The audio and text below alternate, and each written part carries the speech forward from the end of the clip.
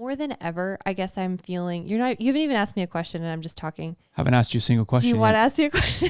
I was going to, but I don't know where you were going with that. I was just going to say, like, more than ever, I think I'm just realizing the importance in this hour of the world to speak up and to say boldly things that I might have kept pretty close to chest before. But realizing like people need to hear it, and not that like my voice is that important, but if it's something that I feel God's called me to, or something that I believe is true, then it needs to be said, and I don't need to apologize or make that smaller. You are listening to the Famous at Home podcast with Dr. Josh and Christi Straub. Because when it's all said and done, we all want to know that we were famous at home. Welcome back to the Famous at Home podcast. We got a couple fun episodes coming up for you here these next 2 weeks. Before we jump into this one, here is a word from our sponsors. Hey everybody, Josh Straub here with Famous at Home. We want to introduce you to the Famous at Home Starter Bundle. This is something we created just for you. All you have to do is click the button to sign up to receive our workbook, 7 decisions to putting your family center stage. You'll also get a feelings chart handout that you can implement with your kids and with your spouse. And you'll also receive the 100 commonly held values worksheet so that you can sit down with your family and discuss the values that you want to set as a family that will provide vision for how and you want to lead your family in the direction that you're going to head in. So you get those 3 things right away as soon as you sign up. In addition to that, we will send to you our top podcast episodes on marriage, parenting, and family, the most listened to and the most foundational for developing emotional connection with your loved ones. You'll also receive past newsletters, our exclusive weekly newsletter. You'll be enrolled to receive that on an ongoing basis. These are real-time newsletters of what's happening in our lives and what we're doing and implementing to be famous at home that we want to give to you, just weekly nuggets to keep us equipped every single week. And then you'll also receive the weekly podcast episodes as well. This starter bundle is all free. We want to give it to you. Just click the link to sign up. All right, so we have decided, so we've got some really cool things coming up on the podcast in the next number of months. One of those series that we're going to do, kind of like a series, I guess it is we started talking about like who are the people in our lives. There's a number of different families that we have in our lives that they're people that you look at and you go, I want that. Like their kids are raised or they're, teenagers and up or that type of thing, but they've been there, they've done it. And you look at them and you go, what did you do? Tell us what you did. And we're going to interview some of those families in the next couple of months coming up here. So we have a little series that we're doing coming up with that. These next couple weeks are actually going to be very fun. We decided we're getting ready to go to summer. There's a lot that we're bouncing around. There's a lot that we've been praying about, just even in our own personal lives. And that as a result, obviously leads to just, different things. It just feels like who knows what's going on in your lives, right? Like if you're ending school, your kids go to school, you're probably experiencing that right now and all the stuff that goes along with the end of school year, leading into summer. We have our My Kids EQ program coming up, our coaching program, our workshop. So we'd love for you guys to jump into that. It's a great way to just really connect with your kids, but then also be able to just learn as a parent. And those, we highly encourage you to jump into that this summer. Zero pressure in terms of showing up for certain things. It really is self-guided, except for the Q&A calls. We do record those if you can't make it. So if you got a vacation plan in the middle there somewhere, it's really hands-on, like in terms of our connecting with you via email and other places. And so would encourage you to not feel pressure that you have to show up for certain things, but also that we still will stay connected to you. And so we'd love for you to jump in on that and take a look at that. We'll put that in the show notes today.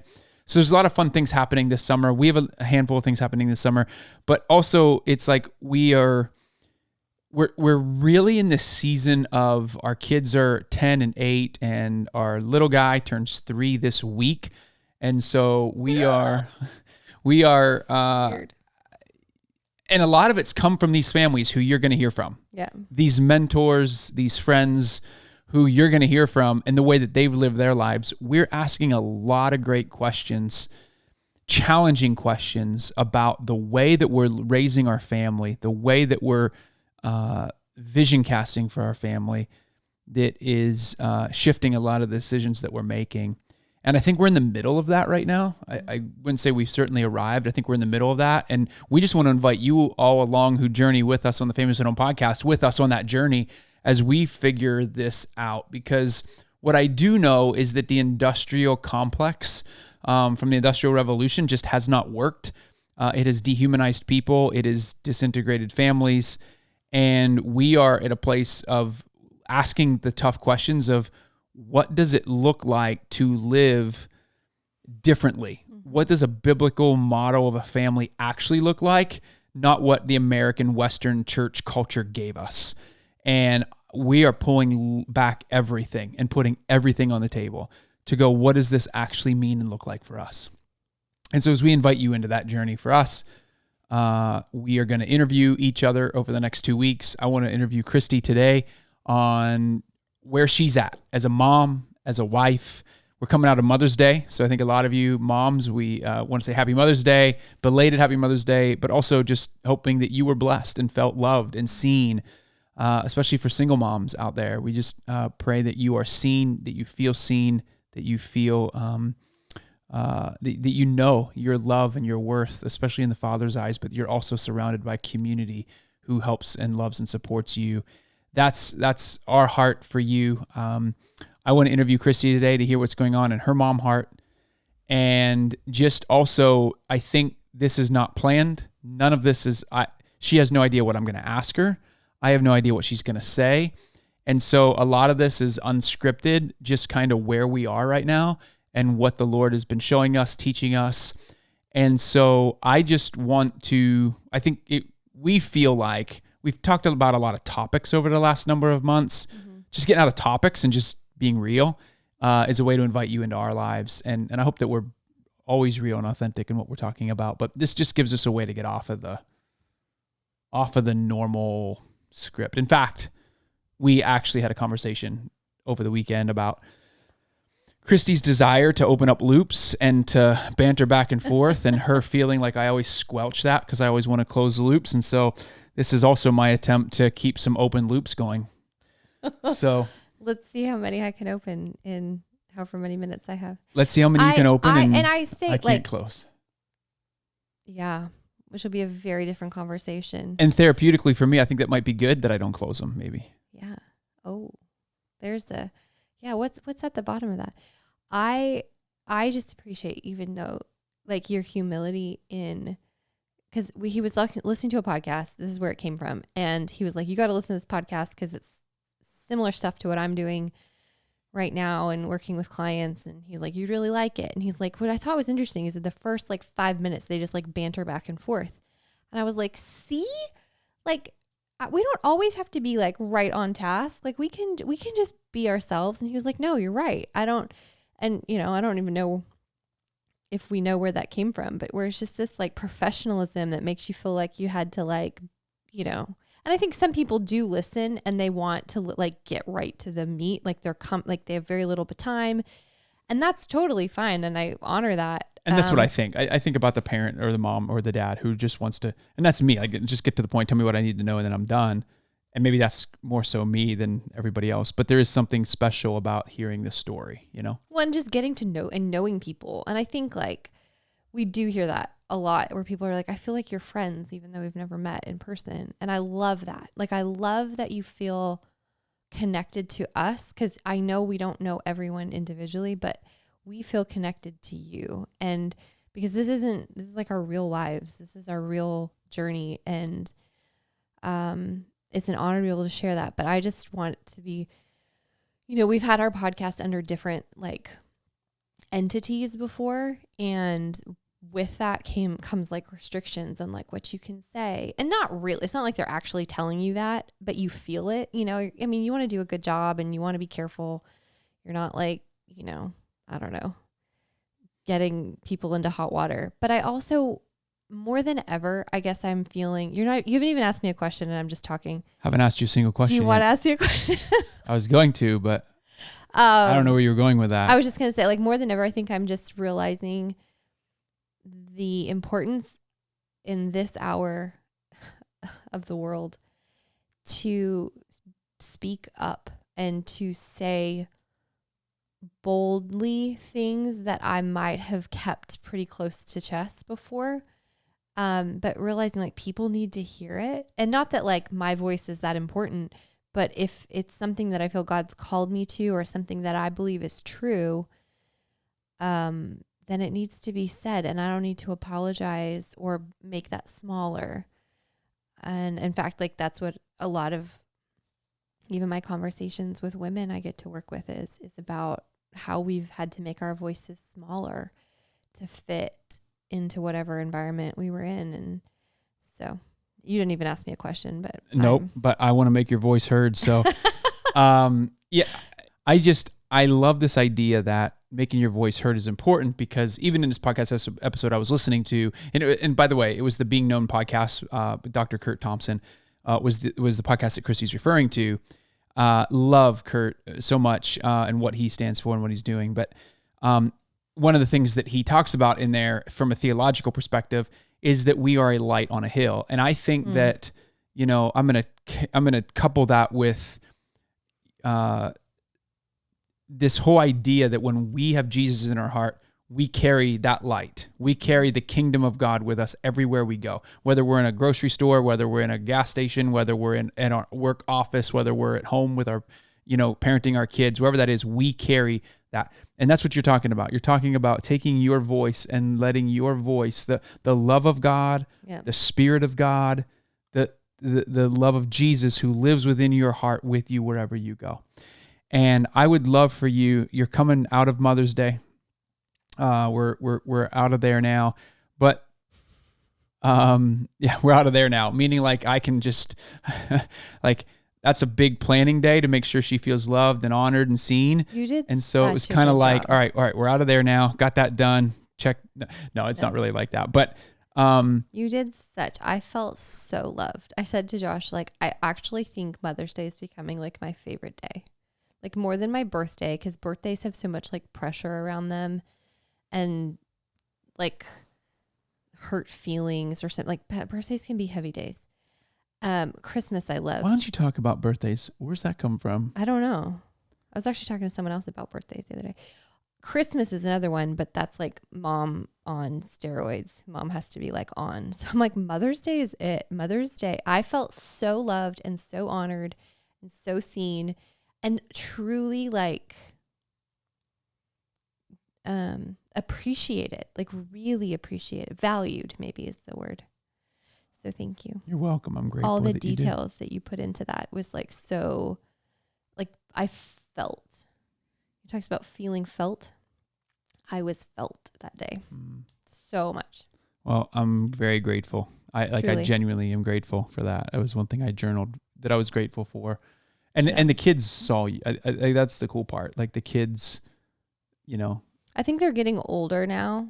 And so it actually feels like small people that like their words have weight. It's not just like, you're the best mom, I love you. It's like they wrote things and said things that I was like, oh my Specifics. gosh. I was like you see it, like, gosh, I work really hard. And you don't know if they receive it or if it's just like, you know, 30 years from now, they'll be sitting with a therapist and like, I mean, they probably will be, but still. No, I know. No. But like, at least saying that like, but my house felt like this, right? Yeah. Or like mom felt like this to me. And, some of the words, one of the words that Kennedy used was calm. Thank you for making my life so fun and calm and outdoors or something. And I can't remember the other words, but I thought the word calm. I was like, that speaks so much. So what's that do for you? Why does that speak to you so clearly like that? Oh my gosh. I think just the amount of work that has gone in to that. And if you've heard me talk about that some before, like I'm going through this 3-year program, and, I was trained as a counselor and, love the field of counseling. I really do. But I've never really understood the impact that the body has on the emotions, which is funny considering like my undergrad degree was kinesiology. I played volleyball in college. So like like I thought I was going into that vein of like chiropractic or PT or something because I loved studying the body, like the human body. I thought it was just fascinating. And then the mind, because I minored in psych. And so I started working with, have I ever told this? I don't even know if I've ever said any of this. I don't know. So I used to work with chronic pain patients, and I did cognitive behavioral therapy with chronic pain patients. And it was super intensive. But my boss, if they ever were to listen to this, I loved them. I honor them. He was world renowned for what he did, but he was an atheist. And there was this like just confusion in me because I could not talk about my faith. Like that was not an option. With my clients, patients, we actually called them patients because this was a very different vein of, the helping space. They were not in a really bad place. And they had been, really almost entering into my season of life now, like 40s, 50s, and on long-term disability for whatever reason. And usually it's like a myriad of reasons. And so these were the people I worked with as like a young 20-something, able-bodied, full of energy person. And I felt like I could offer them nothing because yes, we had to do all this work with them, cognitively. So like if you ever have done CBT work, it is focusing. It's it's top down, right? So it's talking mind, but body's last. Body's just like where the behavior comes out of, but it's total disregard for what actually it feels like. And these people were in chronic pain. Fast forward to when my 17-year stint and with chronic pain from a back injury from playing volleyball in college. And for 17 years, I had this chronic pain and it was awful. It was the most debilitating. I don't know if we've ever even shared a lot of that journey. And I didn't know this would go there, but like when we had our kids, a lot of that journey was so hard because I couldn't function. Like I actually couldn't pick them up in and out of their car seats or in and out of their cribs. So Josh had to do all of that. And when he'd travel to go speak, like I was on my own. We didn't have family nearby. And so I would just like the fear in me. I just had no hope. Like I was so afraid that if something happened while he was gone, like I couldn't go anywhere. I couldn't get in and out of the car because I couldn't put them in and out of their car seats. And so fast forward, the reason why all of this is significant is that now, all these years later, however, like really, how many years is this later? 20 years later, I am, doing continuing education, right? And I'm understanding where the body actually comes in again with our emotional and our mental health. Like it's never, and I've always believed like there's no separation. Like God made us, he made us from the dirt. Like he made us embodied. Like we could have just been like floating spirits, but there was something physical and important about us being made from stuff like with noses and ears, and like it was weird. And yet he speaks to us through our bodies. Like I think in church world have just sort of denigrated the body, that it's not important, and that actually it has to be like mastered and like kept under submission. And then we wonder why we have all these people who are suffering from depression, anxiety, plethora of autoimmune disorders, and all these things that like are not being solved.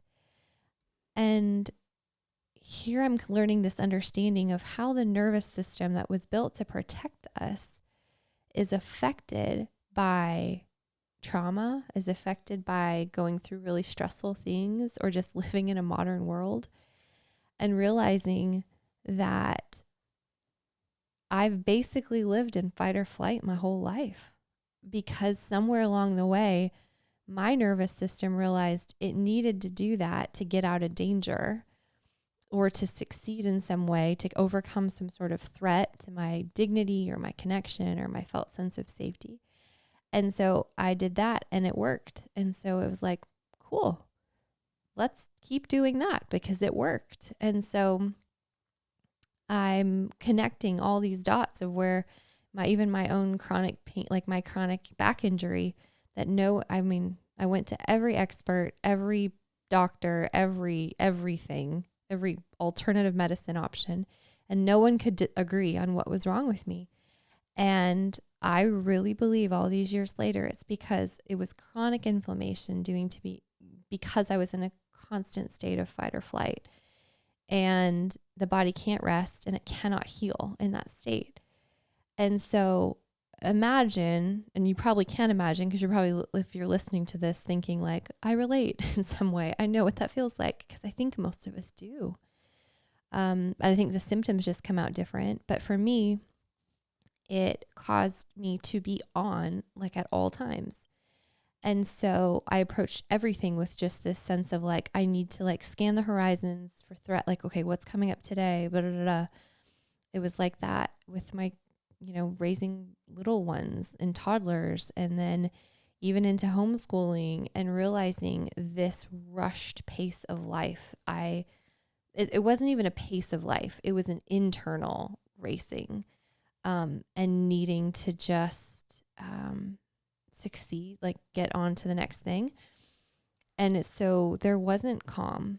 There wasn't peace. There wasn't stillness inside. And that was internal. Inside. And we felt it external too. Right. And so this is the very, very, very long answer to why that word calm means so much to me, because I've had to work really hard at bringing regulation back into my own body and honoring it, my body, like that, how hard it's worked, and also loving it back to life, so that it knows that it's safe enough that it can be present and connect and be there for my kids.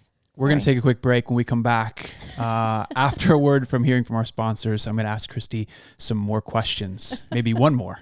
We'll be right back. Hey everybody, Josh Drop here with Famous at Home. I want to introduce you to something if you haven't already seen it. This is our new book, Famous at Home, 7 Decisions to Putting Your Family Center Stage in a World Competing for Your Time, Attention, and Identity. When a couple or a family comes to us and says, hey, Josh, we have a question. What do we do next? We always point to this book. This is our coaching playbook. This is the play-by-play strategies that we use to help families to be famous at home. And so if you have not picked up this book yet, we highly encourage you to get a copy. You can see a link in the show notes. You can click a link right here in the video, and we would love for you to be able to get a copy of this in your hands. If you want to go deeper than the podcast episodes, this is the way to do that. It's our way of walking alongside your family to help you be famous at home. Okay, we're back, and I'm going to ask Christi I've made this job either really hard for you or either really that or easy. I'm just an amazing interviewer. You just ask one question and I can talk. Is it okay to actually call it out? Like, I don't know. I don't want to like cut you off because I don't want you to feel like I'm cutting you off. But there's other questions because you opened so many loops in telling your story that it's like, you can go back. You can go back. No. I think I'm not going to go back, but okay.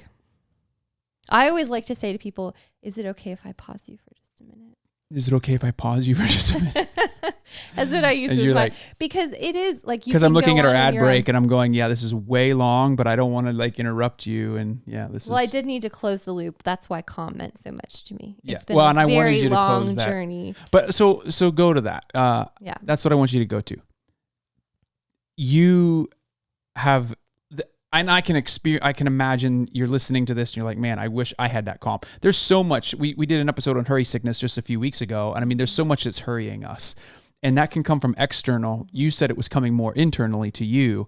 I think we have to ask that question. Is it coming externally? Is it from all the activities that we're involved in as a family? Is it from all the pressures of work? Is it from, what is it that is where's my hurriness coming from? Or is it internal, as you're saying it was for you? And can I just say too, it could be internal and it manifests external, because when you feel that sense of needing to rush, you will fill your life with the pace of what you feel inside. How did you get calm? That's the question I want to ask you. Oh. Because this is kind of where you're at right now. Yeah. Can you give a minute and a half? How have you gotten calm? Yes. And I say a minute and a half because I have a No. lot of questions I want to ask that I want to get to about where you're at in your life. But I can't do a 20-minute answer for each one. I know. I'm a terrible interviewee. You know what this means? We're going to do a part 2 and a part 3 of interviewing Christi. Okay, Maybe we'll great. make this an entire series. Hey, let us know if you want us to make this an entire series. Seriously, if you listen to this episode, say, hey, I want Christi to do an entire series of interviewing. No, you don't. I think we do. I got calm by, this is going to sound super vague, and I hate that, but by reconnecting back to myself. And again, I know that feels really vague, but when you go through hard stuff, the body separates. It's like the mind feels too much, or like your emotional brain feels it's too painful or just too much, like too intense. And so it separates itself from the body. And tell us what that looks like for you. What does that mean? Tell us practically, like for those listening, like they're saying, hey, I want to get in touch with my body again. What would that look like? Yeah. So if I were to like sit with you, or, okay, so let's make it to me. So what does that, you experience something with a child or a friend, something that feels really, fearful, say, and someone were to ask you, like, where do you feel that in your body? Can you actually answer where you experience that in your body? Because usually we can't. Kids are good at it because they haven't separated from their bodies yet, but adults have. And so we can't say. Do you mind if I pause you? Yeah. You're teaching. That was beautiful. You're teaching. Sorry. Don't teach. I would love for you to, how have you personally connected with your body? What are ways that you recently have done that? One, like, what does that look like for you? Is because I know what that's looked like for you, but I'd love for you to share that with others. Like some of the things I do? Yeah. Okay. So for me, it's been paying attention to what my body actually needs in really small doses. So like actually noticing, like, I'm thirsty right now. Whereas I don't know if it came as being a college athlete, like your needs don't matter. Like you're just not allowed to need things. Like you just obey. Like 6:45 practice starts, like you start, you go along with it. You have to go throw up, you go throw up because you're, like there's no need care. And so it's been returning that care back to myself. And that would be like those little things, like I'm going to go drink water, even though Micah's melting down. The kids are asking 18,000 questions about their schooling. And I'm like, I'm actually going to go drink water because I matter too. And I know that feels super small, but it is so significant. But I think those are the significant things that do feel small, that feel doable to people. Yeah. That's why I really would, Yeah.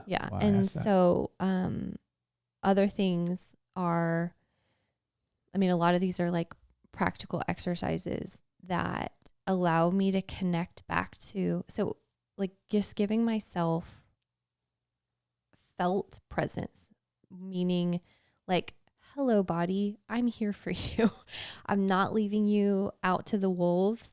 So if I'm meeting with a client or something and they're saying something that makes me feel a certain way, like either gets me angry for, what has happened to them, or like I'm feeling feelings, it's actually comforting myself in that moment and realizing that I matter too. So even like little things like this, if you're watching on YouTube, you can see. If you're not, I'm basically it's as if you're like washing your hands, right?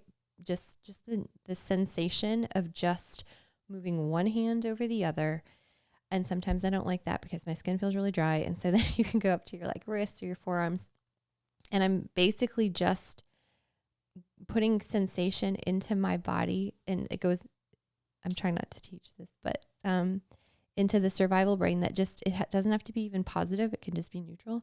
But it just says like, I'm here and you're safe right in this moment. You're safe. And how has this helped you show up better, more calm for your kids? Let's pull this back to Kennedy saying, Mom, you're calm.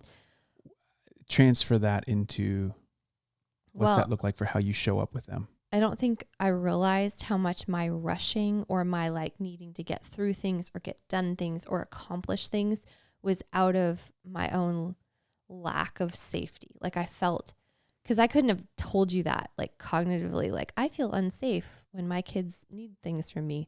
But that's really what it was. It was like my whole body was registering their needs as a threat to me, to my safety, to my felt sense of being safe. Cause like those infancy, toddler, like your needs are just totally put on the back burner, if not like in air quotes, not important, because you're caring for the life of something that screams louder than you. And so for me, it's been having to retrain my survival brain that my kids are safe for me and that I can be safe with them. And that's the same with like friendship can trigger you like that. I've had certain friends that will trigger me like that. You don't. I guess in moments you can, but typically you don't. You've always felt safe to me. But just, I never even knew what that was. Like I didn't know, I just knew what it felt like. You just feel the experience of going to, fight or flight means you're ready to punch someone. Like you're ready to fight for your survival. And I was doing that with my own kids. Like, not that I would punch them for my survival, but I would push them away in terms of like it's too much. So I need you guys to just go, like I need, so there was not calm because I don't feel safe when they needed too much. If that makes sense. So what did you do practically? What else did you do practically with that? Because we homeschool, right? So they're here. They're here all the time. And so there's other practical things that you've done to do that. I might need you to like seed me things, because I feel like so much of this has been so gradual. Well, and maybe, all this time. and I do think, well, here's what I do think. I think because I don't want to, I do think, so here's what we're going to do. I've made this decision. We're going to go next week. I think we'll do a part 2 because there's so much more that I want to get to. And I think you set the stage in this interview so let's just do a little bit more interviewing of each other and kind of where we're at in our lives. We can get into the schooling part, homeschooling part, scheduling part. That's kind of what I was getting into, like how you're seeing each child individually, how you're showing up for them so that they feel you're calm, each one individually. But I feel like this episode really was almost like a foundation. It just kind of got through your own healing process over the past little while. That's a good way to say it, because it got to the deepest layer. Like we've all done the like strategies for like whatever, better systems in your home, all the thing. I've done all that, and I've done work. Like I've gone to, I have a, whatever. I can talk about all that another time too. I have great people in my life. It's not like I have not sought out wise counsel, prayer, deliverance at times, therapy, different even like modalities. Like I've tried to follow the leading of the Holy Spirit in every step of like, what's the next step of my healing? Because I really was coming, like my body was actually not well. I think health-wise, I was always okay. So, but like functionally, like I was not good. And so this has been a true, like, we were just talking about this the other day. Like the very fact that when we moved here to Tennessee, I was not able to walk around our little, like a little half block here. And like I couldn't. Because of your back. Because of my back. Like I couldn't function. And our kids were 1 and 3 at the time. Yeah. And so for, fast forward. And that's the hard part is like, I hope, for those that are listening and you're in the middle of like a really hard journey, I hate when it's like people gloss over all the middle, because that was the part that's where you are and that's where you need encouragement. That's where I needed so much encouragement. And I do remember one piece. I was going to a pelvic floor PT who's now become a dear friend. But she said to me after I sort of graduated from her care, she was like, Christi, the one thing about you is that you have no quit in you. And that meant a lot because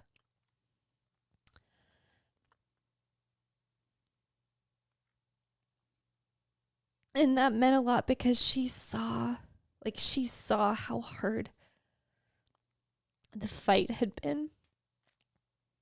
So, I mean, it was 17 years, so it was a long time. But I'm so grateful because now I'm adding this layer of like understanding, I think, what I went through.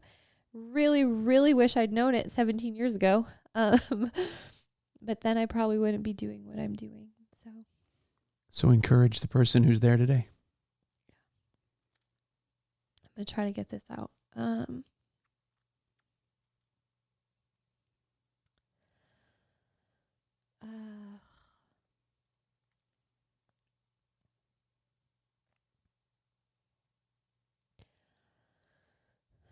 I want you to know, I have to pause this for a sec.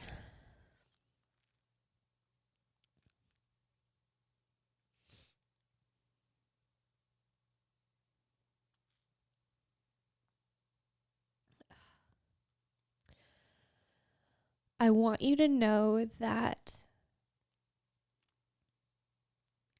this is not the end of your story.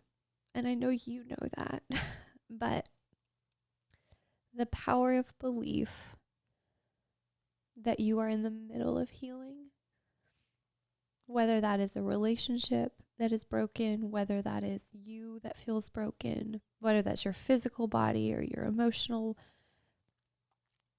state, it's not brokenness, but it's on its way to healing.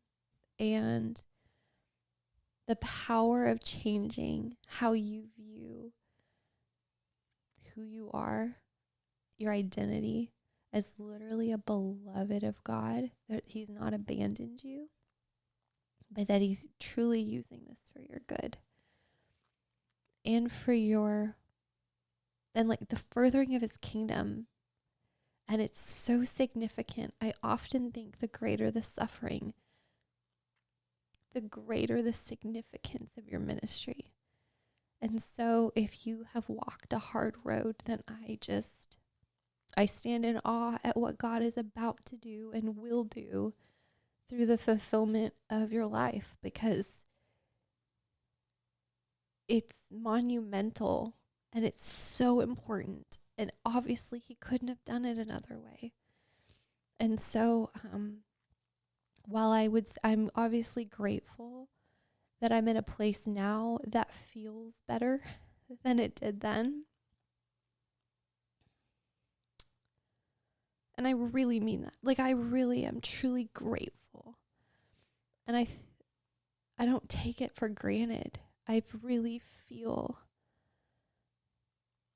like I've known God because I've walked through it. And I've probably only shared, like 5% of the depths of it. But like part of that story is just sacred. It's just like your story. Like, I don't know that all of it ever needs to be shared. I don't even know if we could put words to it if we all tried. Because some of it's just deep and sacred and holy. And we might never know until we reach heaven the point of it all or the purpose of it all. We might get glimpses of it. But you are seen and you are held. I think that was the thing. I felt abandoned a lot. Like I was just on my own and searching for answers. And I look back now and it was like he had already had the steps laid out before me.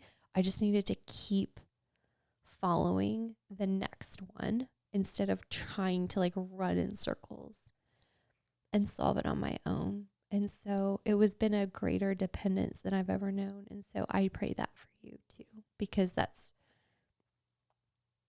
once you learn that,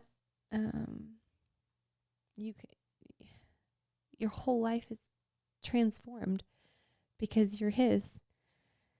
And then you just walk in obedience to his will. And that's when you see the fruit.